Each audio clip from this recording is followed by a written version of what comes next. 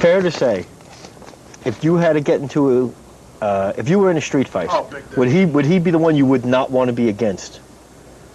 In a street fight? Yeah. If you knew Big Dick Dudley was going to lose it, if you knew he was going to lose it and you were his target, is he the one person you would not want to be standing across from? No. Because he's the one person. No, let me tell you, because I'll tell you, I would mouth off to anybody, and if it came down to it, I'd put my hands on anybody. I would not ever cross the line with. No, I don't know him at all. See, that's the thing. Yeah, I don't know him at all. I'd have to say. Not at all. I'd have to say the three most dangerous people in professional wrestling, and this probably is not arguably, this is probably true. New Jack, Big Dick Dudley, and the man sitting next to the Masked Maniac. I do have a reputation. I did. Oh, you? Yeah. I thought Willie came back out. Willie too. Well, how do you argue with the boss, man? Okay. What's your opinion of the Dudleys?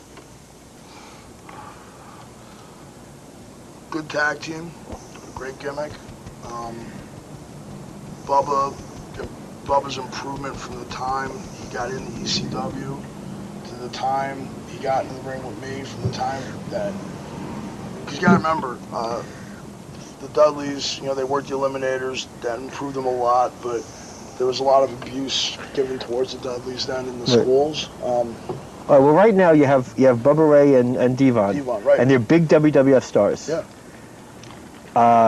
You think, because I'm a friend of Big Dick's, you're a friend of Big Dick's, you think Alex got screwed? You think Big Dick Dudley got screwed? Big Dick, sign guy, and Joel Gertner got screwed. Okay. Yes. Well, but again, it comes down, now see, 5 years ago, I would have probably have been like Big Dick. I wouldn't have signed a contract that would have excluded the guys I was with then. Right. But now, if like me and Axel were still tagging, you might not have a choice. Contract. Well, even if Axel was still 100% or whatever, now it's, I'm 30 years old now, man. Yeah. I need money. That's right. It's like, I make a good living. I don't make a great living. I make a good living, but Yeah. I understand. Business-wise, I understand. I understand that Bubba and Devon had to go. Had no choice. Of course, this is what they work for. Right. The thing is, Big Dick's feelings, and you know him and I know him, are that they just Devon, that Bubba just stopped calling him. Yeah, like business. See, that's the thing. Business-wise, all right, he got screwed, but friendship-wise, That's right. I mean, business-wise, both of them deserve to go to WWF. Because whenever you got to the shows, Devon showed up, and then Dick and Bubba showed up. Right. They would just travel together, did Absolutely. everything together. And then, it's not only does Dick not go with them, but then there's no more phone calls. There's no more phone calls. There's no more phone calls. I mean, even shit. I mean, I know how busy like Van Damme is up there. Me and Van Damme had, at my last 2 years in ECW, Jesus Christ, some of the matches we had. Right. And still to this day, Van Damme's like one of my greatest proponents. He still loves talking about me. I hear good stuff, like promoters over in California, like, yeah, Rob Van Dam put us over to. Yeah, I haven't heard any of that. New Jack. Craziest mother in wrestling. Craziest, sickest. Thank God he's my friend. Tommy Dreamer. I like Tommy. Tommy takes a lot of heat because he was kind of like Paul's hatchet boy, and not his hatchet boy, but he was in like a difficult position. Right. And he was the scapegoat. Yeah, he was the scapegoat. He's a lot of guys a scapegoat. I actually like Tommy because I tell you what, and you know this, I was out of anybody in that company, at the end of that company when that went under, I was the only wrestler that was not, and I wasn't under contract in ECW, everything was a handshake. I was the only wrestler that was not owed 1 day's wrestling pay. I was on a nightly deal, and at the end of the show, from every time I worked for Paulie, I was paid.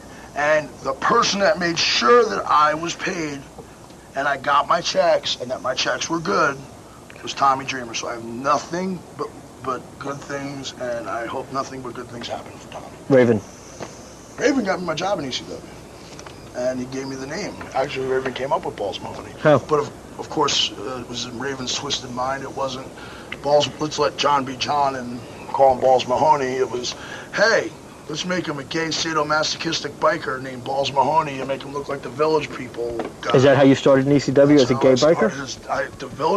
Look at the Village People and the biker guy. That's what they wanted me to be. They didn't want me to grow the mustache. I said, nah, I ain't doing that. I'll grow a beard. I ain't doing that. We'll get to that in a sec. Steve Corino. Be honest. I like Steve. I'll be honest, the worst decision I ever made in wrestling was saying no to Fred Durst. I should have just let him hit me, and I should have badmouthed the shit out of him and let him hit me in the head with a chair like he wanted to. But I said, no, I'm a babyface. Let's get Corino in here to do it. And of course, Axel hears about it, and he's got to get his shit involved, goes down there and gets thrown out of the locker room. New Jack got involved, which was great because they had Method Man on stage, and Method Man was running around with us, and his posse was going, New Jack Balls, New Jack Balls. But the worst thing I ever did, Corino, and it helped make you, and you better admit this, is if you never Steve Corino would never have been Steve Corino, the king of old school, the ECW champion, if it wasn't for me saying no to Fred Durst. No, Fred, you're not hitting me in the head with a chair. You don't know how to do it, but I do know a guy we can get who's perfect to badmouth your music, and I can come out and make a save, and you can get a shot on him, and it's Steve Corino. And at that point, Steve Corino and the company was used like shit. Nobody liked him, and a lot of guys in the company didn't like him. Paulie wasn't sold on him still, even though Paulie was sold on him. He could take a beating, and you're welcome. Rob Van Dam. I have to say, one of my top 3 favorite opponents so far in my career. I don't think that will ever change. That Rob Van Dam will definitely be either 1 or 2. I'm serious. For a long time, my top 3 opponents were Masato, Rob Van Dam, and Chris Candido. And so far, 3 out of my 4 best single matches ever are 3 out of 5 are Rob Van Dam, Masato Tanaka, and Chris Candido. So I just wish they'd fucking use him right and put the goddamn strap on him already. And right, Joey Styles. What happened to Joey, man? That guy was the greatest commentator in the history of the wrestling business. I love Joey. Joey made sure when I was on TV, Joey made sure to put over the fact that I was more than a chair swing freak, which is the character, Balls Mahoney, the hardcore chair swing freak. Joey Styles, because I was doing these great matches, and on the house shows, I was the one that was going an hour every goddamn night. And on TVs, if I was getting time, I was getting, 3-4 minutes to whack someone with a chair. On pay-per-views, I'm doing 3-4 minutes. But Joey Styles always made sure to put me over. So, Joey, and I still think he's one of the best commentators. I mean, why the hell haven't you picked up Joey? Why haven't you, WWE, screw me, why haven't you picked up Joey Styles? You can't use Joey Styles? Come on. Boots the Cat. Who? Boots the Cat. I hated that thing, man. It scratched the hell out of me. Whatever happened to him? That was Tammy's cat. I don't know whatever hell happened to that thing. Hopefully it died a painful death, man. That boiler room thing, I had to hold it. It was scratching me, and I'm going to throw your cat. Tammy's going, don't you hurt my cat. Man, that cat did not like Tammy. it.